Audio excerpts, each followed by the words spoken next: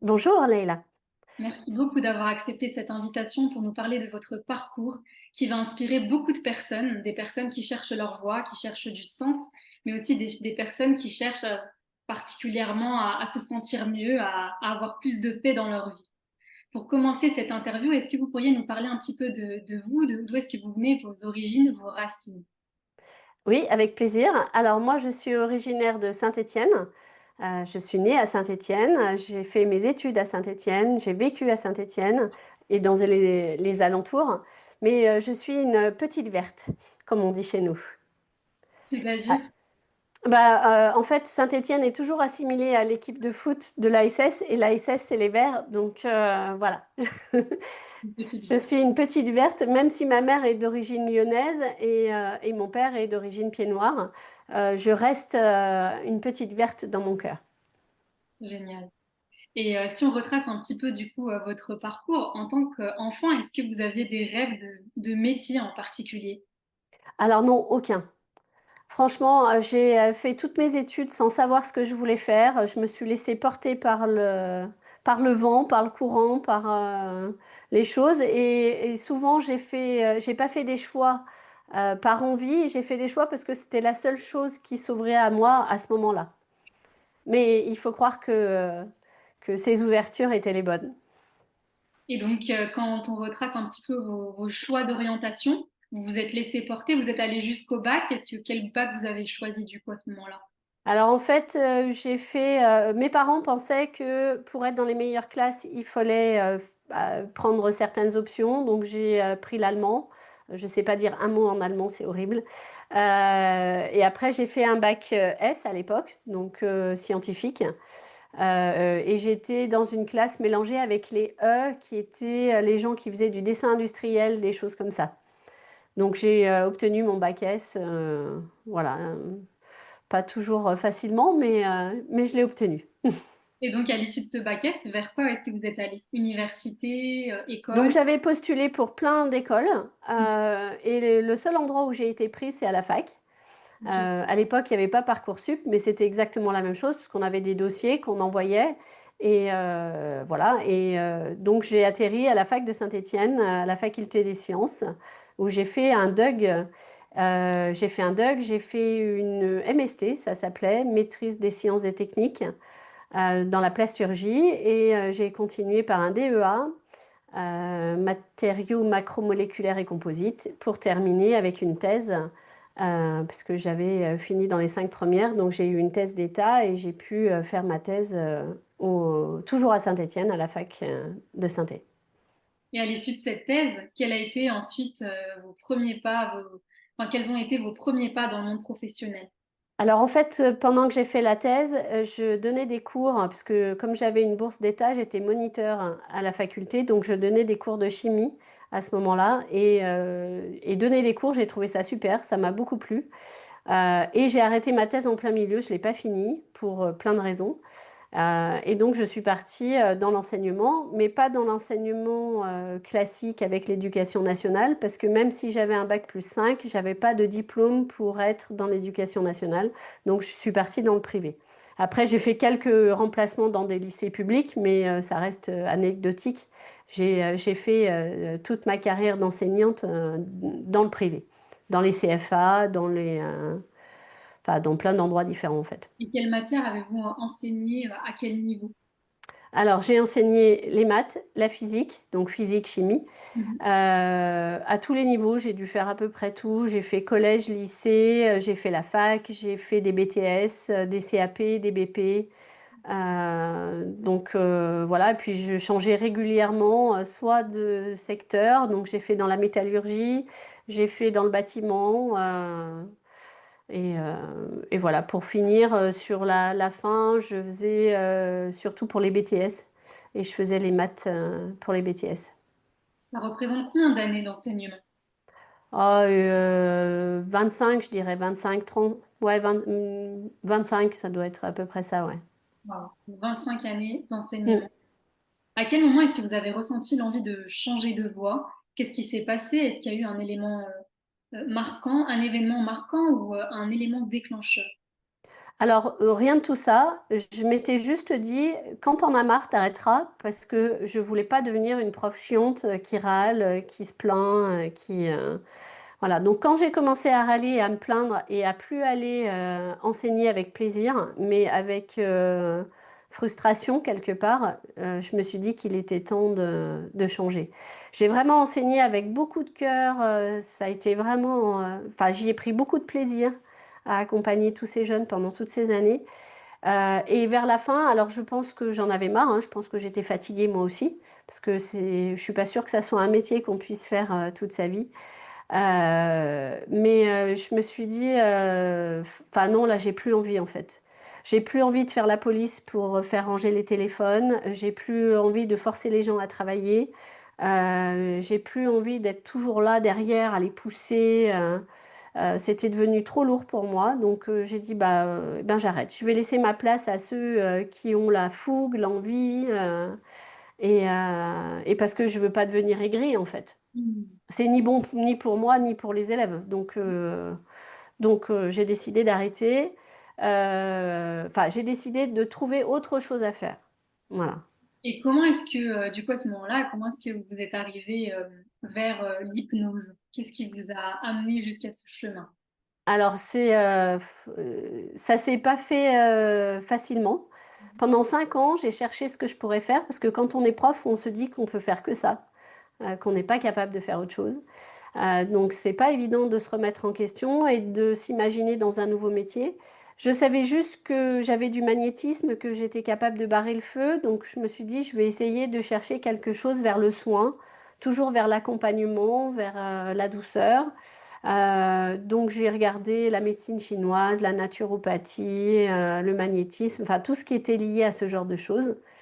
Mais il n'y avait rien qui faisait l'étincelle en fait, qui mettait des paillettes dans mes yeux, comme vos magnifiques paillettes.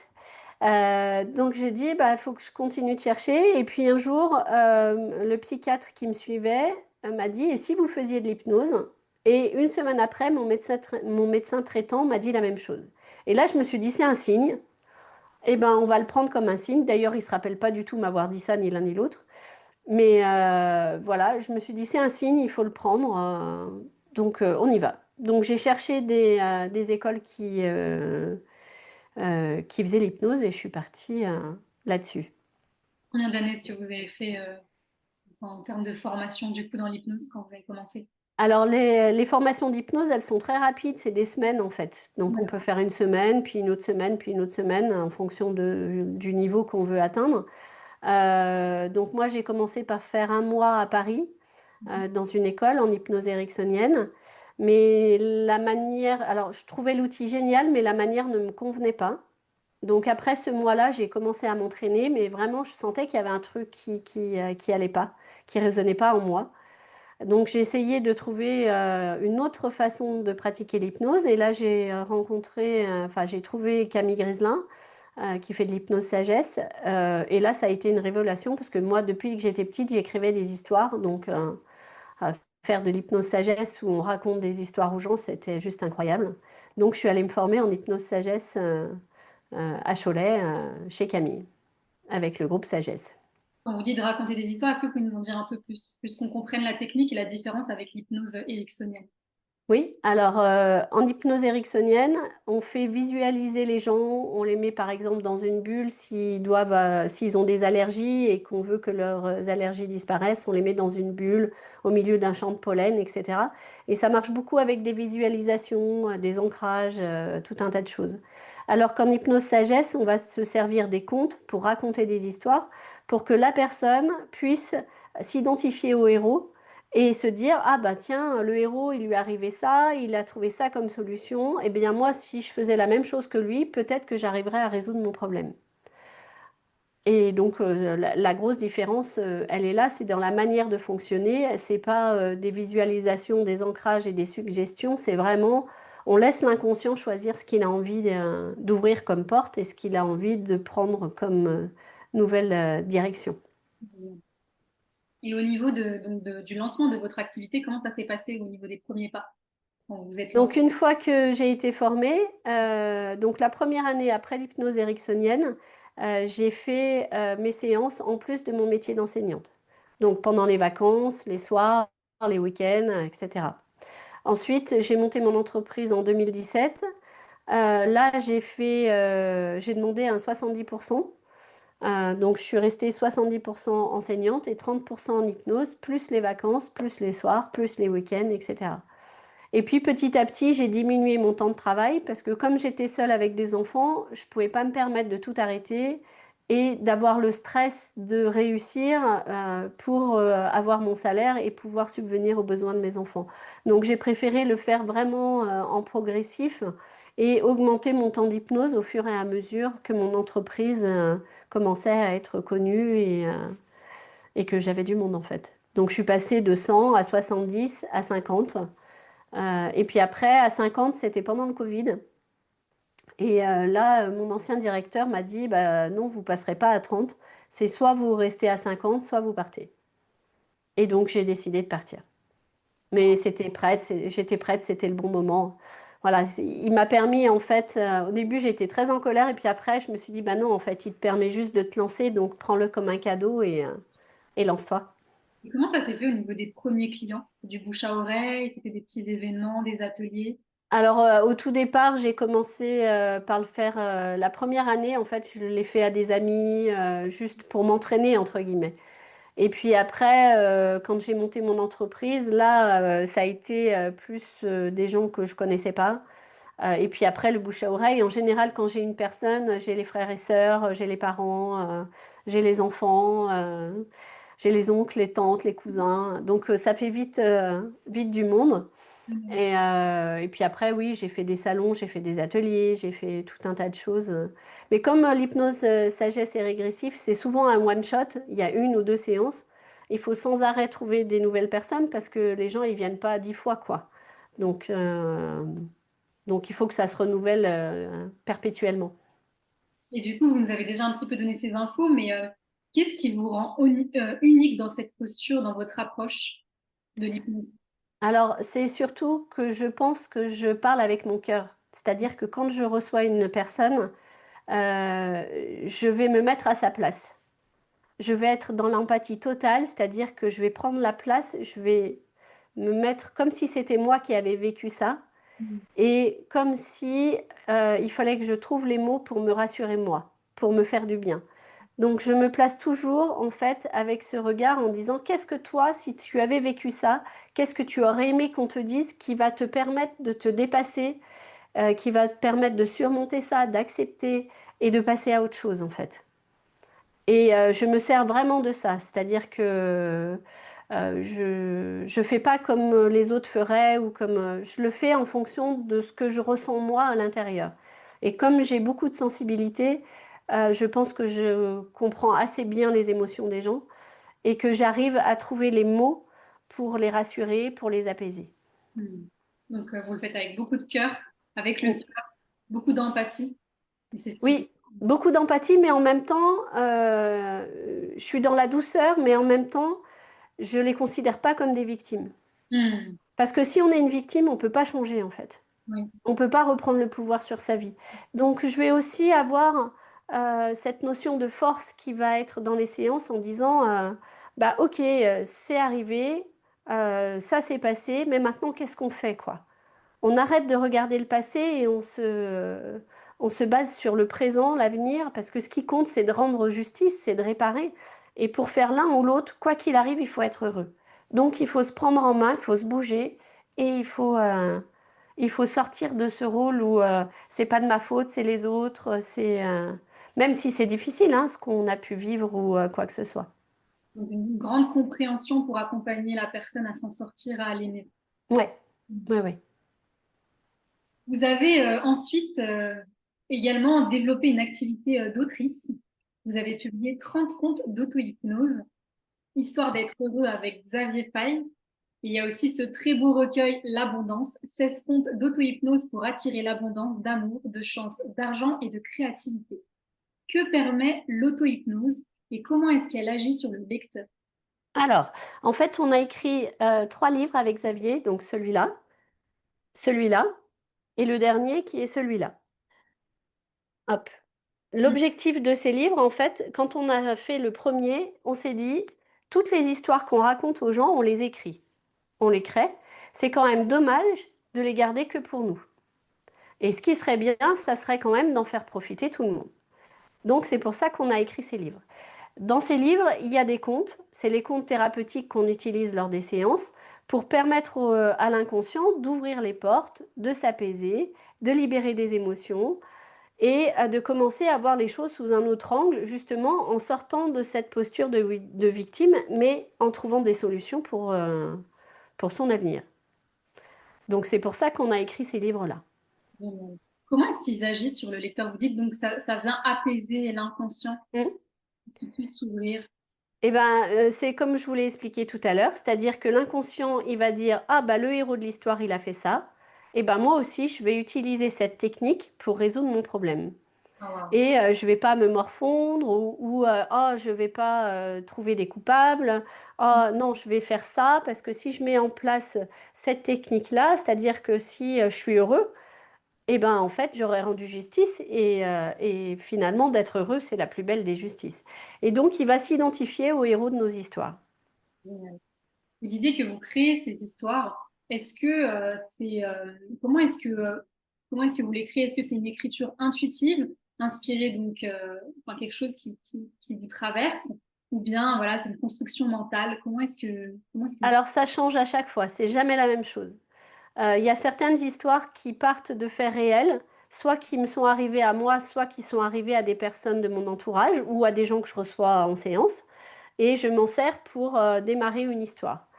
Mais ça peut être aussi, je peux prendre sur mon compte Instagram et choisir un profil au hasard qui s'est abonné récemment et décider eh ben, d'utiliser son prénom, ce qu'il aime, pour créer une histoire. Ça peut être aussi, je peux tirer une carte dans un jeu et dire, ah bah tiens, cette image, elle m'inspire ça, ça ou ça. Ou ça peut être, je sais pas, une envie d'écrire qui vient et je laisse faire, voilà. Ou je peux partir d'un thème et dire, bon, bah qu'est-ce que je pourrais écrire sur ce thème? En fait, c'est jamais pareil. C'est vraiment en fonction de ce que j'ai envie, de là où je suis. Des fois, quand je suis dans des salons aussi, eh ben, il y a des pancartes, des affiches, des trucs qui m'inspirent ou des gens, enfin, ou des gens qui viennent me voir qui me disent des choses. Et là, bah, quand il n'y a personne, je vais aller écrire mon histoire comme ça sur un bout de papier. Voilà. Ou alors je peux me lever à 6 heures du matin et aller en écrire une. Enfin, il n'y a pas de règle en fait. C'est vraiment quand j'ai envie. Et à qui s'adressent ces contes? Les enfants, les adultes? Est-ce qu'on peut les lire en histoire du soir? Alors oui, on peut les lire en histoire d'histoire. Donc il y a des gens qui les lisent tous les soirs avant de se coucher. Il y en a d'autres qui vont écouter les séances, puisqu'il y a des QR codes pour écouter directement la séance d'hypnose. Il y en a d'autres qui vont aller écouter la séance en marchant ou dans sa voiture ou peu importe. Il y en a d'autres qui les lisent dans les maisons de retraite, dans les hôpitaux, dans les prisons, dans les lycées. Enfin, elles sont vraiment adaptables à plein de situations. Et il y a des histoires qui sont pour les enfants. Il n'y en a pas beaucoup. Il y en a quelques-unes qui peuvent être lues aux enfants, mais ça s'adresse vraiment aux grands ados, enfin aux ados, aux grands ados et aux adultes. D'accord. Après, à chacun de voir, ah bah, cette histoire, je peux la lire à mon enfant parce qu'elle me parle, parce qu'elle ne parle pas trop d'adultes, parce qu'elle est bien dans l'imaginaire, parce que... Mhm. Voilà, mais notre public, c'est quand même plutôt les adultes avec leurs problématiques d'ados et d'adultes. Et est-ce qu'il y a une fréquence de lecture? Est-ce qu'il faut lire l'histoire une seule fois et elle a un effet sur nous? Est-ce qu'il faut la lire 28 fois, comme on dit qu'il faut 28 fois enfin, Ouais. pour créer un changement dans son corps? En fait, il faut faire comme on a envie. Mhm. C'est-à-dire que si l'histoire, elle nous a plu et qu'on a envie de la relire, il faut la relire. Si on a pleuré en lisant l'histoire, peut-être qu'il faut la relire jusqu'à ce qu'on pleure plus. Quand on pleurera plus, ça voudra dire que l'inconscient aura guéri l'émotion qu'elle a générée en lisant l'histoire. On peut très bien lire une histoire et pas pleurer et la relire 6 mois après et se mettre à pleurer. Donc en fait, ça dépend vraiment des gens, de leur envie, de leur moment, de ce qui se passe dans leur vie, de ce qui change. Voilà, moi j'aime à dire, faites comme vous avez envie en fait. Hmm. Il n'y a pas de règle. La règle, Non, c'est s'écouter.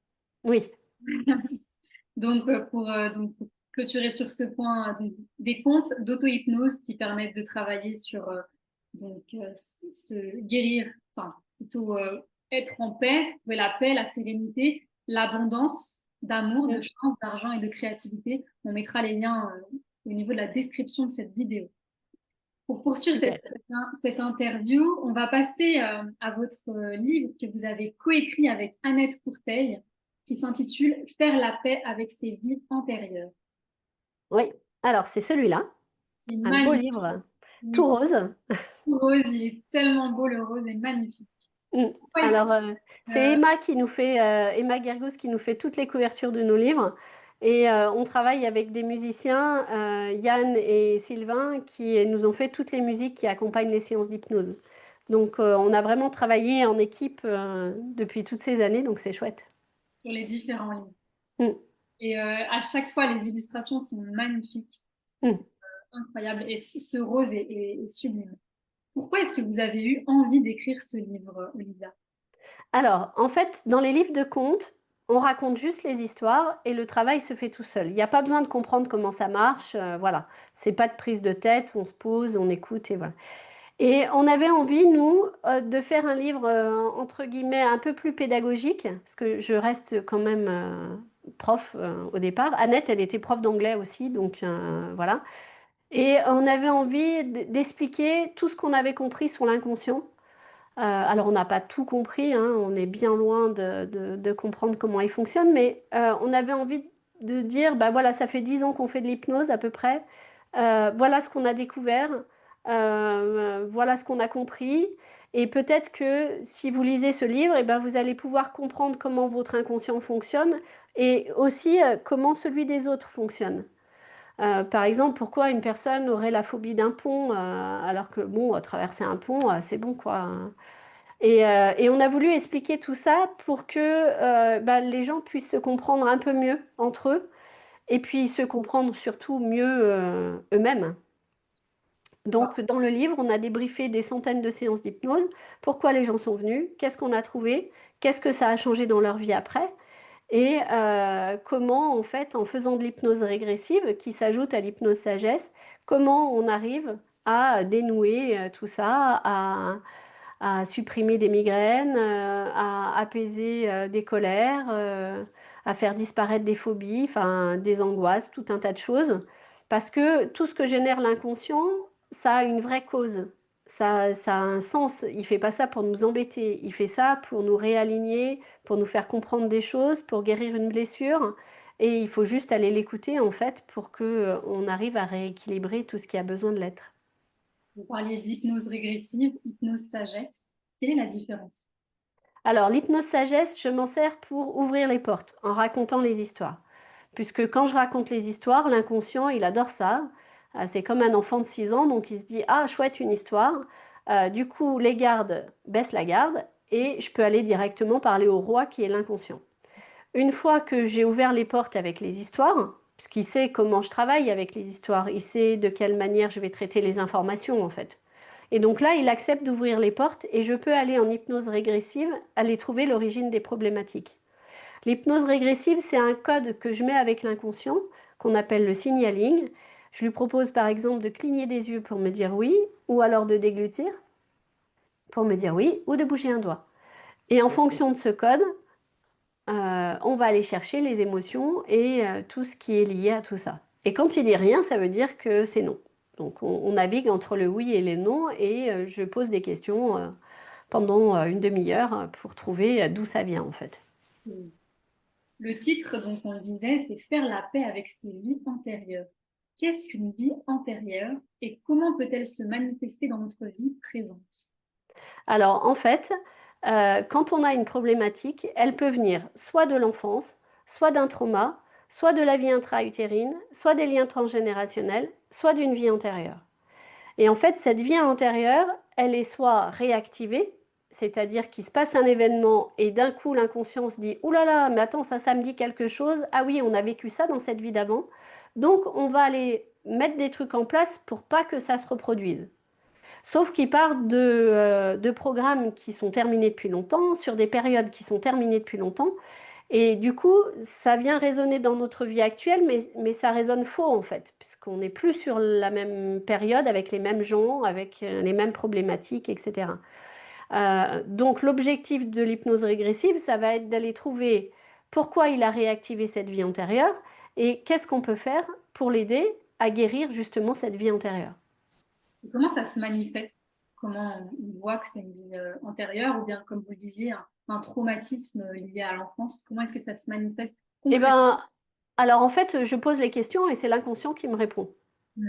Si l'inconscient il s'arrête à un traumatisme de l'enfance, on règle le traumatisme de l'enfance et on va pas aller voir les vies antérieures. À partir du moment où il me dit c'est bon, on passe à autre chose, pour moi c'est bon, on passe à autre chose. Par contre, s'il me dit que c'est pas dans l'enfance, que c'est pas dans l'adolescence, que c'est pas dans la vie de femme, que voilà, qu'il n'y a aucun lien avec cette vie-là, je suis obligée d'aller chercher ailleurs. Et donc, si je lui demande si c'est dans une vie intérieure et qu'il me répond oui, eh ben, je vais aller chercher de quelle vie antérieure il s'agit.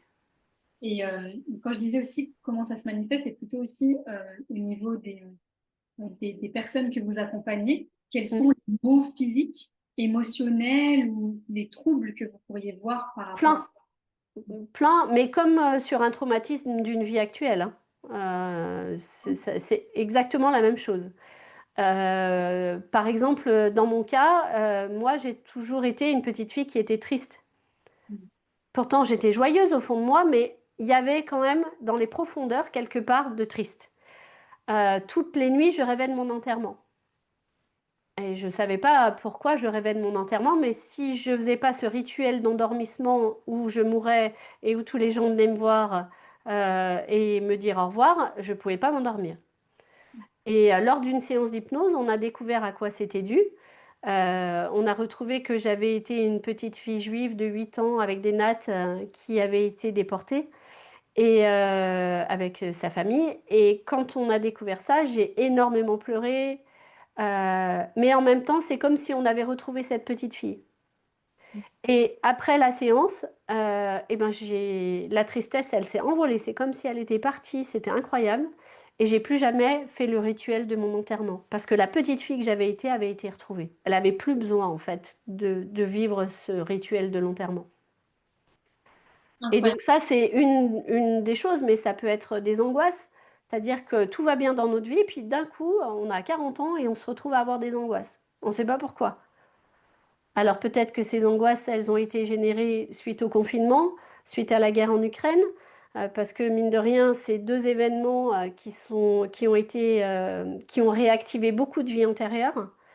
Et donc ça a bien percuté notre vie actuelle et on ne comprend pas pourquoi, alors que, entre guillemets, on est juste confiné, pourquoi on réagit à la puissance 10 000, pourquoi on ne veut pas être vacciné, pourquoi on ne veut pas porter de masque, pourquoi on a peur tout le temps, pourquoi on se met à avoir peur des autres. Enfin, ça n'a pas de sens, mais en fait, si, ça a un vrai sens. Les angoisses que génère l'inconscient, il ne les génère pas pour nous embêter. Il les génère parce qu'il a quelque chose à régler. Et des fois, on pense que c'est lié à X ou Y, mais des fois, c'est bien plus lointain que ça. Et ça a juste été réactivé par un événement qui vient percuter en fait cette vie-là. Fort intéressant. Donc, vous parliez donc de la tristesse, ça peut être des angoisses. Des angoisses, ça peut être des douleurs. Par exemple, j'ai eu des gens qui avaient des douleurs. D'un coup, la douleur, elle apparaît et sans comprendre pourquoi. Hmm. Et je me rappelle d'une femme qui était enceinte et qui a pris une douleur dans le bas du dos. Donc moi, je fais pas de séance pour les femmes enceintes parce que le bébé ressent tout, donc je le fais après. Et une fois qu'elle a accouché, elle a fait plein d'examens, aucune raison à cette douleur, il n'y avait rien du tout, c'était pas possible. Et en fait, on a retrouvé que dans une vie antérieure, elle était résistante, elle était enceinte et que elle a été arrêtée et qu'on lui a mis un coup dans le dos avec une matraque, si mes souvenirs sont bons, et elle a perdu son bébé. Et donc, la réactivation, ça a été le fait d'être enceinte. Et en étant enceinte, cette blessure-là a été réactivée en disant, attention, rappelle-toi, la dernière fois, tu as pris un coup, tu as perdu ton bébé. Et voilà. Et donc, la douleur persiste parce qu'on n'a pas soigné l'origine de ça. Donc, si une fois qu'on a eu fait la séance, qu'on a guéri cette vie passée, la douleur, elle a disparu comme par enchantement. Donc, c'est des douleurs qui peuvent venir, qui peuvent surgir comme ça de nulle part. On ne trouve Ouais, pas de raison, on ne trouve pas de remède. Mais en réalité, il y a une vraie cause qui... exactement, exactement. Donc, ça peut être angoisse, douleur, ça peut être une peur pour ses enfants irraisonnée, ça peut être une phobie. Toutes les phobies sont liées à des vies antérieures, quasiment. C'est vraiment typique des vies antérieures, les phobies. J'ai noté aussi apnée du sommeil, migraine, eczéma, vitiligo, aussi des maladies de la peau, hein. Ouais, ouais, ouais. Ouais, ouais. Alors les migraines, c'est plus lié à la vie actuelle. Ça peut être des vies antérieures, mais c'est quand même bien la pression qu'on se met Mm. et la colère qu'on a. Donc la colère, elle peut être liée à une vie antérieure, mais si on réalimente sans arrêt la colère contre l'État, contre les gens, contre sa famille, contre machin, contre truc, etc., là, on augmente en fait les migraines. Super intéressant. Il existe des traumatismes individuels, mais également des Mm. traumatismes collectifs. Quels traumatismes collectifs vous reviennent le plus souvent à travers vos séances?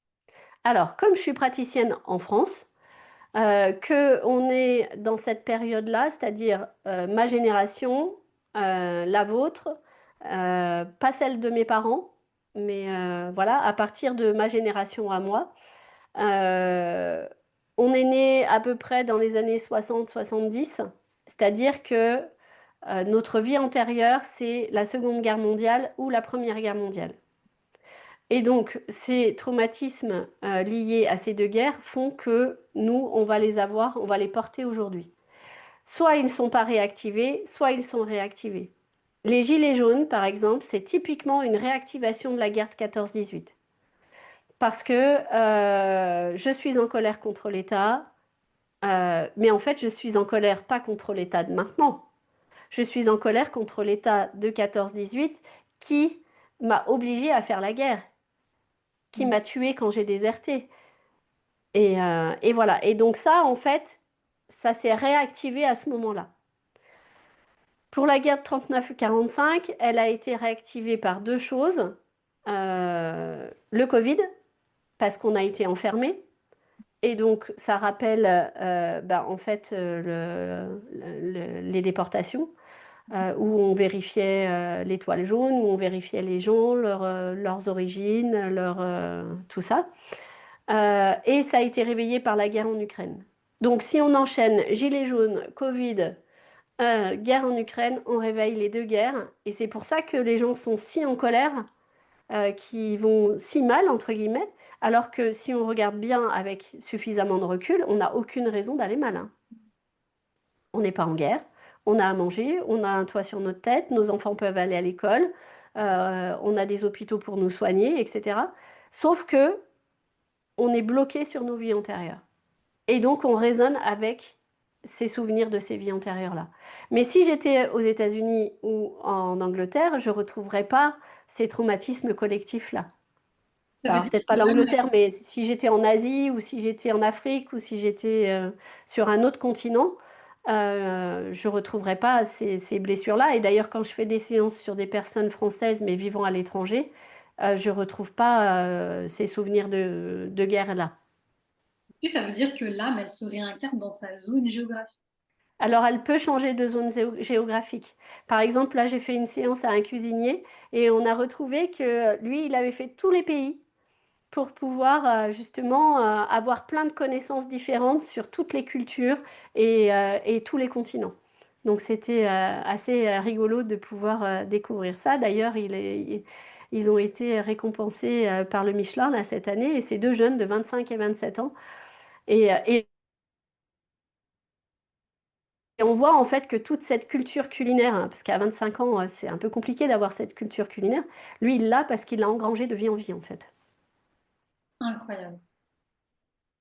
Super intéressant. Donc, on disait les traumatismes collectifs, ça peut être les guerres. Est-ce qu'il y a d'autres traumatismes? On revient encore un petit peu sur ce sujet. Alors, on a les traumatismes individuels. Donc, les traumatismes individuels, il faut comprendre que l'inconscient, il est perturbé Si dans une vie d'avant, on l'a tué et que du coup il a perdu sa famille ou qu'on a fait du mal à sa famille. C'est-à-dire qu'il va plus être traumatisé par le fait de perdre un de ses enfants que le fait d'avoir été violé, par exemple. Voilà. Ce qui va lui vraiment lui créer un traumatisme, c'est le fait d'avoir été tué ou d'avoir perdu quelqu'un de sa famille. Et donc, s'il a subi un traumatisme collectif, dans cette vie-là, il va essayer de le réparer. Ok. Dans le traumatisme collectif, donc on disait qu'il y a les guerres, il y a aussi, j'ai noté l'esclavage, l'inquisition, la Oui, colonisation, les attentats. Tout ça, ça Mm, vient marquer l'âme. tout à fait. Tout à fait. On retrouve beaucoup des personnes qui sont dans le soin, par exemple, et qui n'arrivent pas à avoir de clientèle ou qui n'arrivent pas à être visibles, c'est-à-dire qui ont du mal avec créer un site internet, euh, se faire voir, être visible en fait sur les réseaux ou sur quoi que ce soit. C'est souvent des anciennes, entre guillemets, sorcières, enfin, ou plutôt guérisseuses, hein, parce que c'était plutôt des guérisseuses que des sorcières, hein. Il faut remettre les termes à la bonne place, qui ont subi, enfin, qui ont été tuées, brûlées, noyées, torturées, voilà, et qui se disent, bah, attention, si je fais encore ça, si je suis visible, on va me faire du mal, en fait. Donc, je vais surtout pas être visible pour être sûr de bien rester caché. Sauf qu'on n'est plus sur la même période et que ça n'a pas de sens de rester caché et de rester encore bloqué sur ce traumatisme-là. Donc il est important de traiter tout ça pour pouvoir aussi avancer dans sa propre vie en réalité. Exactement, exactement. Lors de ces séances, vous travaillez avec l'inconscient, vous nous en parliez. Dans votre livre, vous écrivez que l'inconscient n'est pas l'âme. Donc qu'est-ce que l'inconscient selon vous? Alors là, on n'a aucune certitude de tout ça, hein. C'est vraiment l'image que nous, on a envie d'y mettre. Donc pour nous, il y a l'âme qui choisit de vivre certaines expériences. Et c'est comme si elle commandait à l'inconscient en disant, bon, bah là, dans cette classe-là, cette année, enfin, dans cette vie-là, dans cette classe, tu vas aller apprendre ça. Donc tu vas aller apprendre à te pardonner. Voilà. Ou tu vas apprendre à pardonner aux autres. C'est ton objectif. Et l'inconscient, lui, il va dire, OK, alors il faut que j'apprenne à pardonner aux autres. Donc pour apprendre à pardonner aux autres, il faut peut-être que je vive des choses horribles Hmm, pour arriver à pardonner.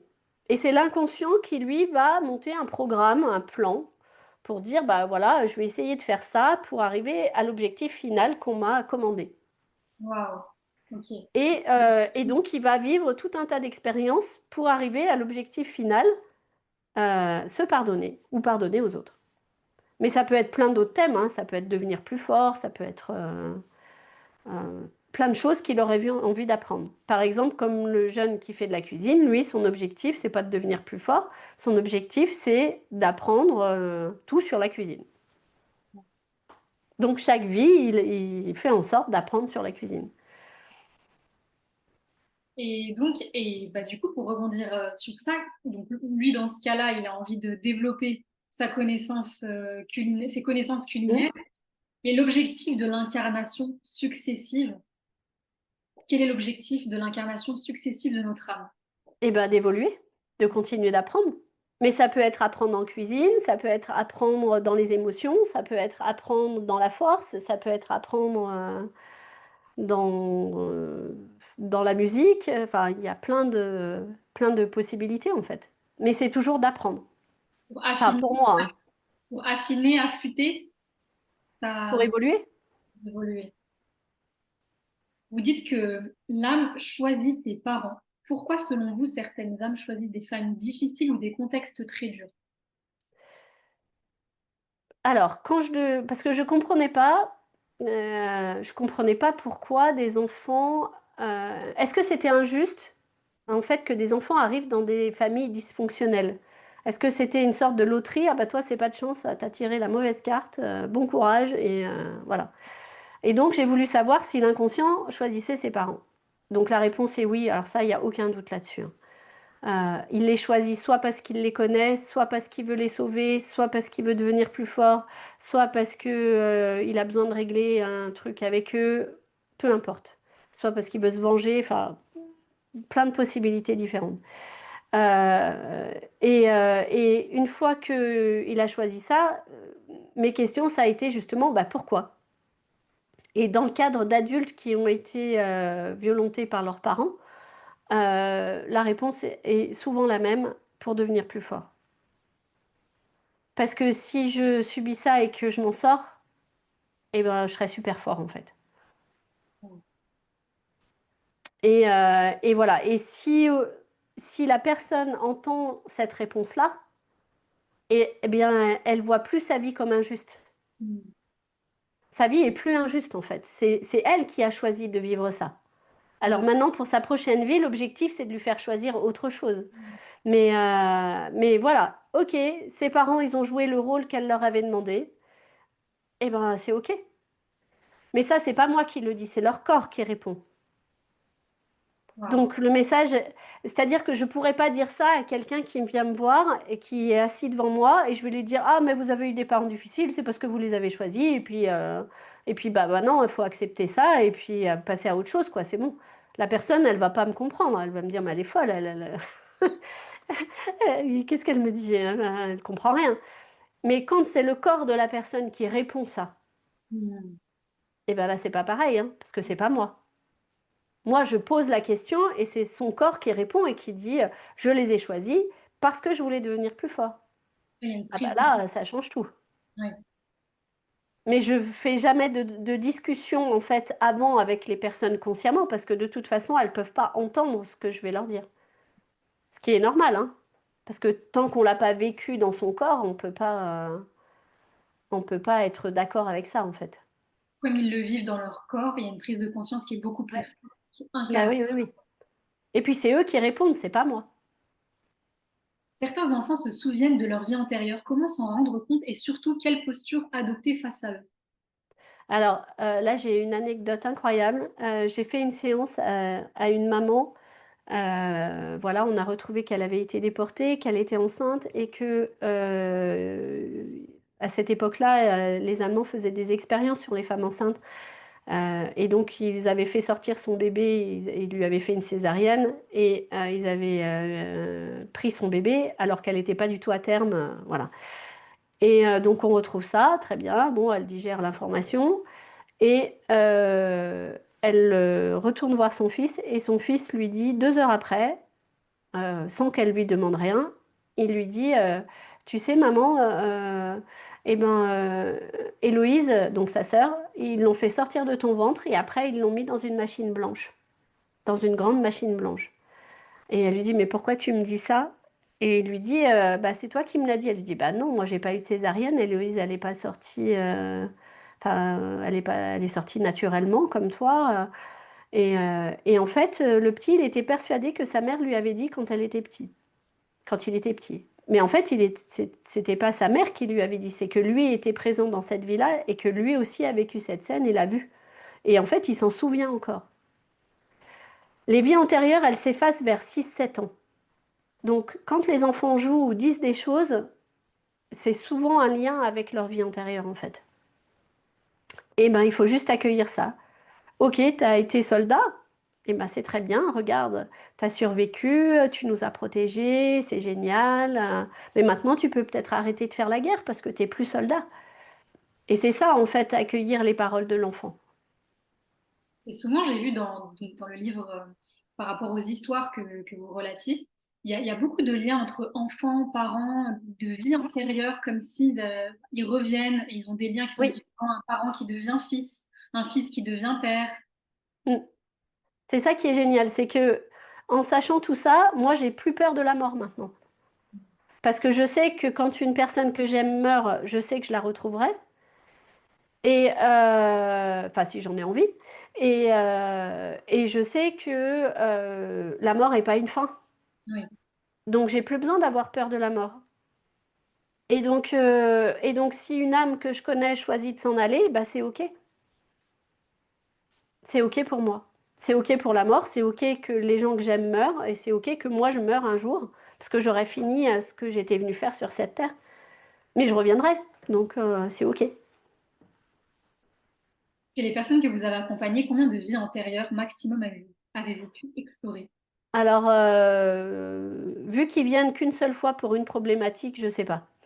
Parce que mon but, c'est pas de faire des voyages dans les vies antérieures. Je suis pas une agence de voyage en fait. Par contre, je vais dans les vies antérieures si j'ai un problème à résoudre.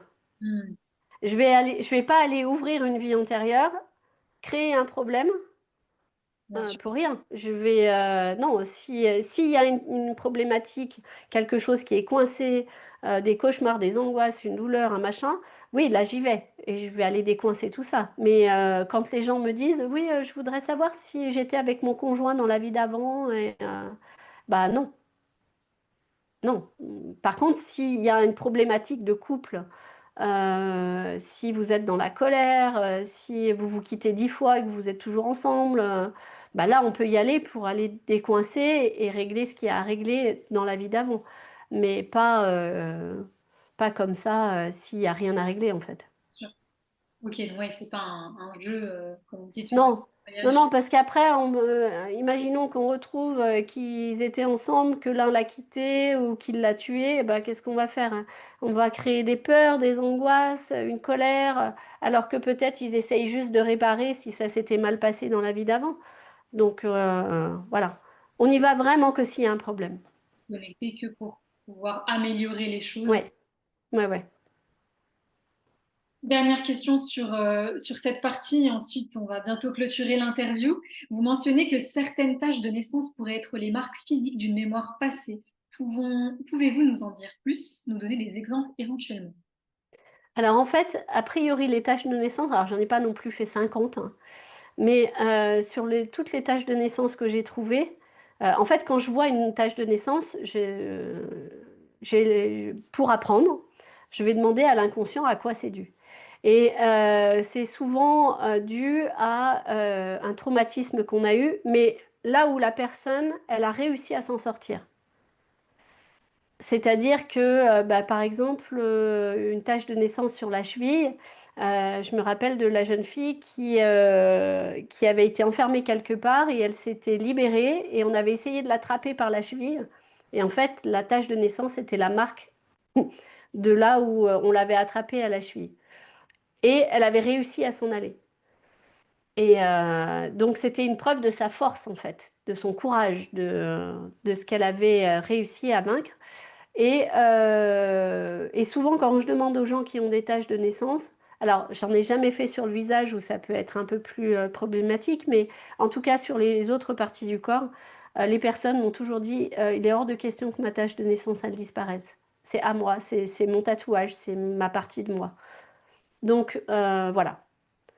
Mais après, j'ai pas fait une tache de naissance sur le visage où ça peut être très handicapant si elle est très grosse ou voilà, mais en tout cas, sur les petites tâches de naissance que j'ai faites, l'inconscient voulait pas du tout les voir disparaître. Wow. Ça vient marquer Mm. le courage. Et c'est comme moi d'ailleurs, hein, parce que moi j'ai un vitiligo, alors ça se voit peut-être plus trop maintenant, mais sur le visage, et j'avais commencé une dépigmentation sur le corps.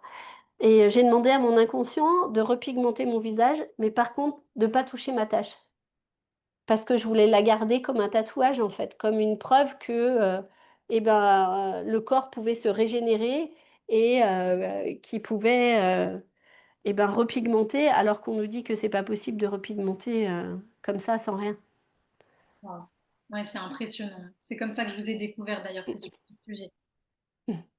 Avec tout ce chemin parcouru, Olivia, de l'enseignement académique à l'accompagnement de l'âme, que signifie pour vous aujourd'hui vivre en paix, en sérénité, grâce à toutes ces techniques aussi que vous utilisez? Alors en fait, je me suis aperçue que l'objectif c'était pas de vivre dans le passé. L'objectif c'était de vivre heureux là, maintenant, tout de suite, et que c'était la meilleure des réparations en fait. Quoi qu'on ait pu subir, quoi qu'on ait fait, parce qu'on n'a pas fait que subir des choses, hein, on a aussi fait des choses, nous, hein, on n'est pas que des êtres de lumière, c'est pas possible ça. Euh, et ben, la meilleure des réparations, c'est d'être heureux sur cette terre, parce que si on veut se punir, par exemple, on va créer des bourreaux supplémentaires. Et c'est pas comme ça qu'on répare. Donc si on veut réparer, je suis heureux, je prends soin de moi, je guéris mes blessures, je cherche pas à sauver les autres. Déjà, j'essaye de me sauver moi, voilà, d'être en paix à l'intérieur de moi. Et vivre, c'est ça. C'est pas vouloir que tout soit parfait autour de nous, c'est vouloir que nous, on aille bien pour que nos enfants, nos parents, les gens qui vivent avec nous n'aient pas à nous porter, à nous sauver, voilà. Et nous, comme nous, on n'a pas à sauver les autres, on n'a pas on est juste là pour leur montrer un chemin, leur faire voir comment on fait pour être heureux, comment on fait pour s'aimer, pour avoir confiance en soi, pour avoir une vie merveilleuse, parce qu'on peut l'avoir, cette vie merveilleuse. Si on arrête de se punir, si on arrête d'être une victime, si on arrête de vouloir devenir fort, mais qu'on veut juste être heureux en fait. Il faut juste changer de programme. Et si vous faites le bilan par rapport à aussi l'hypnose, quel est le plus beau cadeau que l'hypnose vous ait offert dans votre propre vie? Alors, ce qui est étonnant, c'est que je suis partie de chercheuse dans les matières plastiques à regarder un peu l'invisible pour arriver maintenant à être chercheuse dans l'invisible aussi, mais plus dans la tête, l'esprit et tout ça. Et tout ce chemin, en fait, ça m'a permis de me guérir, enfin de m'apaiser moi, de plus être en souffrance, de plus pleurer, de plus être triste, et de me dire que tout était possible et que je pouvais réaliser tous mes rêves en fait. Et donc c'est ça que l'hypnose m'a permis d'obtenir. Elle m'a permis de me dire que tout était possible. Même si déjà j'avais cette conscience-là, parce que moi j'étais dyslexique, dysorthographique, dyscalculique, et pourtant j'ai réussi à enseigner les maths alors que je connaissais pas mes tables, j'ai réussi à écrire 5 livres alors que je fais 1 milliard de fautes d'orthographe. Et en fait j'ai dépassé tout ça, et l'hypnose m'a aidé à réguler mes émotions pour que cette force que j'avais déjà, plus cette envie d'être libre et de vivre la vie que j'avais envie de mener, et ben je puisse le faire dans la paix et pas dans le combat en fait. Je crois que c'est ça. En fait, l'hypnose, elle m'a permis d'arrêter le combat. Qu'est-ce qu'on peut vous souhaiter pour la suite, Olivia? Et ben, plein de nouveaux livres pour faire du bien aux gens. Et puis, de pouvoir arriver à faire mes livres pour enfants, parce que on y travaille depuis longtemps avec Emma, et en utilisant les histoires que j'utilise pour les enfants, je me dis que il faut absolument que j'arrive à les décliner en livres pour enfants, parce que quand je vois les effets qu'elles ont sur les enfants de 6 ans, 7 ans, comme ça change leur vie et que ça leur permet tout de suite d'être dans une dynamique positive. Oui, c'est ça que j'ai vraiment envie de faire. J'ai vraiment envie qu'on trouve une maison d'édition qui nous donne cette chance de pouvoir développer ce projet, en fait. Je le souhaite en tout cas. Et enfin, à toutes les personnes qui hésitent à faire le pas vers un chemin d'âme ou de reconversion, que leur diriez-vous, Olivia? On peut être heureux dans son métier. Et c'est vraiment vers ça qu'il faut aller, en fait. Il faut arrêter de croire qu'on doit faire le même métier toute sa vie, ou arrêter de penser qu'on n'est pas apte à faire autre chose. Il faut juste écouter ses envies, ses rêves, et puis s'en donner les moyens, hein. Parce que tout ce que j'ai fait, je l'ai fait par aussi beaucoup de travail, beaucoup de temps, beaucoup de remise en question. Mais si on est prêt à faire ça, alors on peut tout faire. Ouais, on peut tout faire. Ce sera la phrase Ouais, de clôture de cette interview qui était géniale. J'ai pris beaucoup de plaisir à découvrir votre parcours, Olivia. Merci infiniment. avec plaisir. C'était un plaisir de le partager avec vous. Merci de m'avoir accueilli. Merci.